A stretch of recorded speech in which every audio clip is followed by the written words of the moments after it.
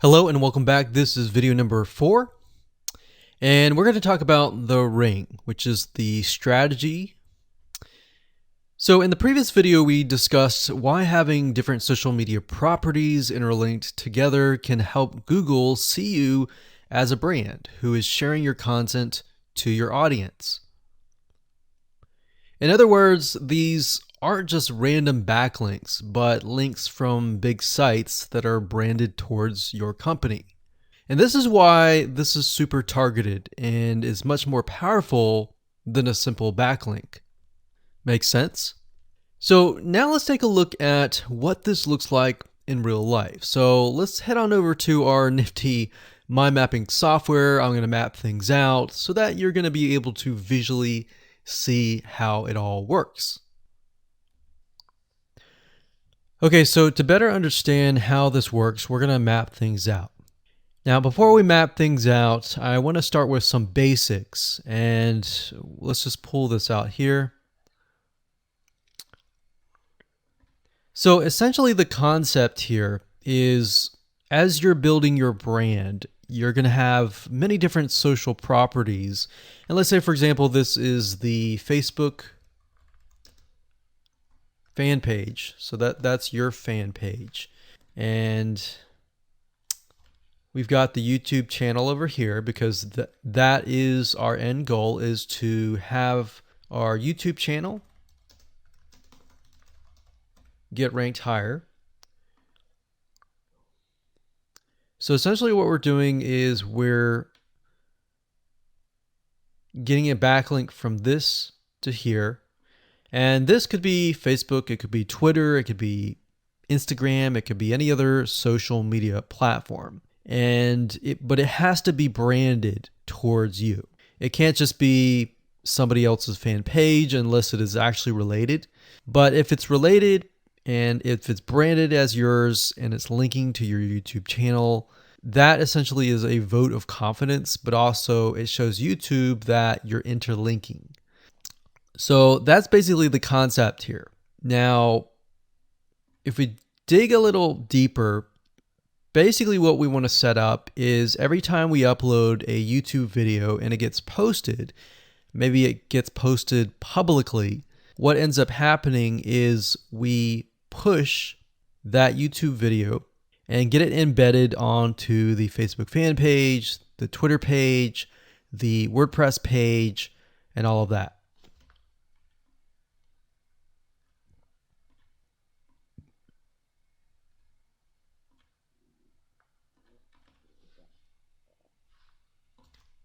So we'll put Twitter.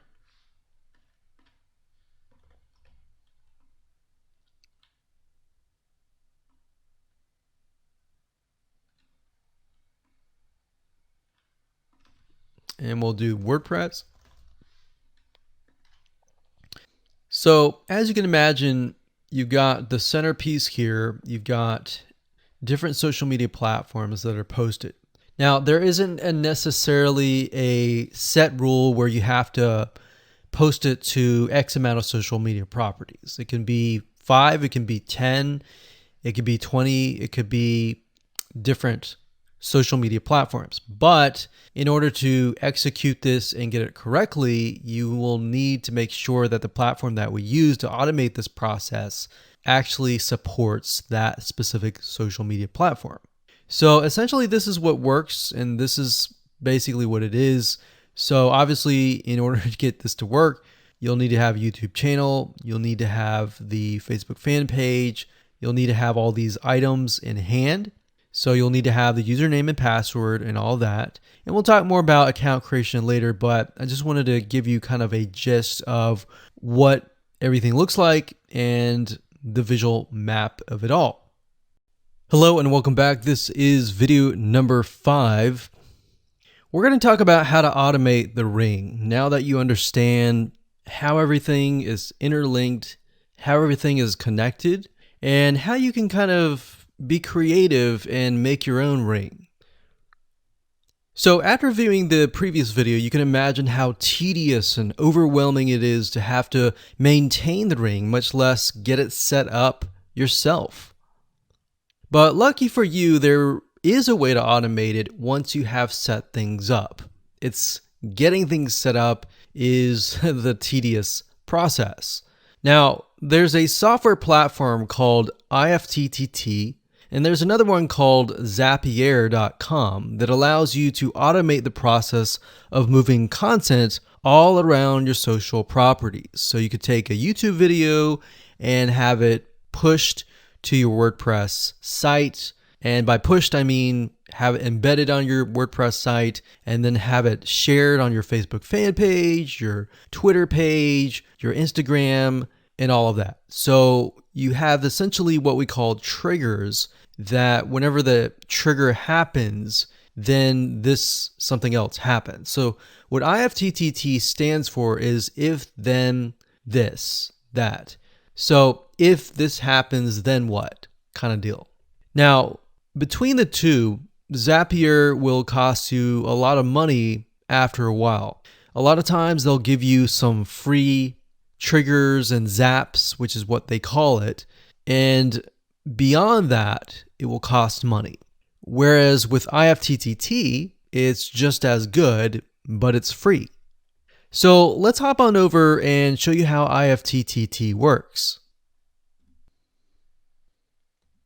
Okay, so if you head on over to ifttt.com, that's ifttt3ts.com, you'll see this page. You can go ahead and create an account, and you'll find a lot of really cool, interesting triggers, is what we call it, in IFTTT. So what a trigger is let's say you upload a YouTube video, and then the system detects that the video has been uploaded. What do you want to happen after that happens? So if YouTube video has been uploaded, then post it to WordPress. Then after that, take the post on WordPress, maybe post it elsewhere, or post the YouTube video to Twitter, and so forth and so forth. So as you can imagine, this does get tedious, but if you map things out, if you know ahead of time what it's going to look like, then you can simply look at it and say, okay, I'm pointing YouTube to Twitter. So anytime video has been uploaded to YouTube, then it simply gets pushed or embedded into Twitter. So we need to make a IFTTT trigger for that. So to do that, it's very easy. All you have to do is go to My Applets up here, and you can do a search for applets. Now, services over here, I'm not going to click that, but this tab here allows you to essentially connect to all of the services that you're going to be using. So for example, as you can see here, I've got Tumblr to Weebly, RSS to Google Drive, a YouTube like to OneNote, YouTube like to Facebook page. And the reason why you might want to have YouTube likes is, let's say for example that you already have maybe 50 videos on your YouTube channel, but you want to find a way to get those videos embedded. So what we figured out is that YouTube likes is the way to go. So obviously you can't re-upload a video that hasn't already been uploaded and is already getting thousands of views. The way you go about it is create a YouTube like trigger so that you can simply like it, and then it gets posted to throughout your network.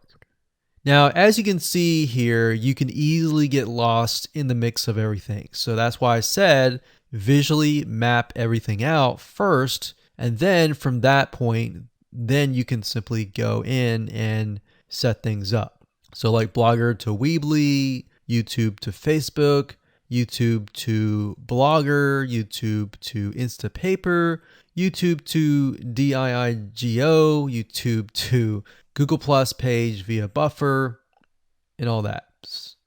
And we got YouTube to Tumblr, YouTube to Twitter. So it can go on and on and on if you really wanted to, or you can simply pick and choose what you want and what you don't want and go from there. Now, in order to turn them on, you can simply click here to turn them on. But for the sake of just showing you, this is what it looks like. So as you can see, the Tumblr to Weebly is activated. So when it is activated, it'll have the on button and the green light. Hello and welcome to video number 6, and we're going to talk about account creation. Okay, so obviously in order to set up the IFTTT ring, you need to have accounts for all of your branded social properties. So in other words, you need to have the username and password for Facebook, for Twitter, for all the other social media properties. Now, obviously, if you already have some, then great. You don't have to create those. But for the ones that you do not have, you want to be able to create those. Now, while that does sound very simple, there's a few things that you really need to focus on. So to make sure that you're successfully able to do this without risking your accounts being closed, and that does happen, we're going to cover a few things that you must do with all of your accounts. In fact, some of our accounts have been banned or closed by mistake because it has to be done a certain way. So you need to make sure that you have everything correct.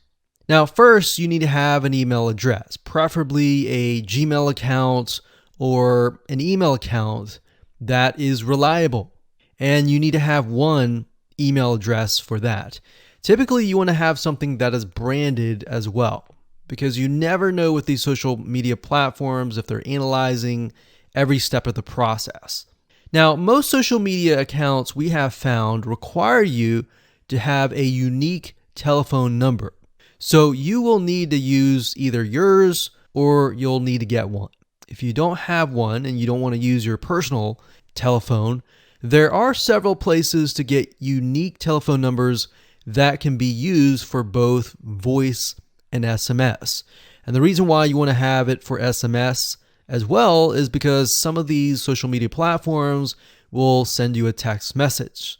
Now, one in particular that we use is called line2.com. That's line2.com. And of course, there are many out there, but this is just one that we have tested and it works really well. So a lot of times when you create a brand new social media property, an account, you need to have a unique telephone number.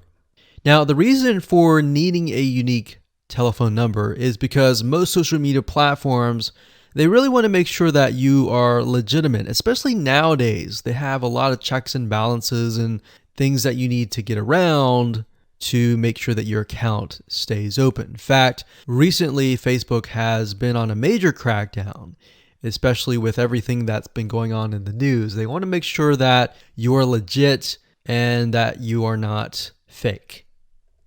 Another thing is you'll also need to have a short bio, a description about your business, your website URL, a picture that is yours, and a professional, or if you don't have your picture, you can use a professionally royalty-free stock photo. Now, why do you need all this information? Well, the reason why you need all this information is because when it comes to account creation, you are going to need to have every piece of these items in hand to copy and paste over. Obviously, if you outsource this process, it's going to be a lot easier. And with that case, you're definitely going to need these items. And it's just going to make your life a lot easier when you're able to copy and paste and all of that. Your picture is actually very important because even Facebook will review photos on all accounts to make sure that fake accounts are not created. In fact, we created an account one time and it was using kind of a fake image. And even though it was royalty free and all of that, Facebook declined it and in fact did not approve the account. So they really want to make sure that your account is legitimate. Now, it's best if you take all this information and you write it out in an Excel spreadsheet so that you have it in hand, you have the username and passwords of all the social media properties, and you can simply log in and begin to create the accounts. So those are kind of the best practices that we have found over the years in terms of creating accounts. And while some of those seem very basic, the one that really stood out that was really important was making sure that you had that unique telephone number.